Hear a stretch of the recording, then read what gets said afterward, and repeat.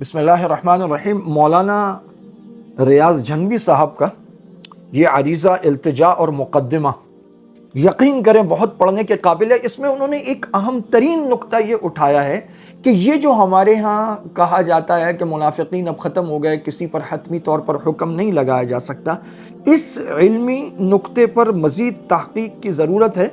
Medina में 2 से 3 ज़लज़ले आएंगे और सारे मुनाफिकीन बाहर हो जाएंगे, तो मुनाफिकीन होंगे हत्ता के मदीना में होंगे।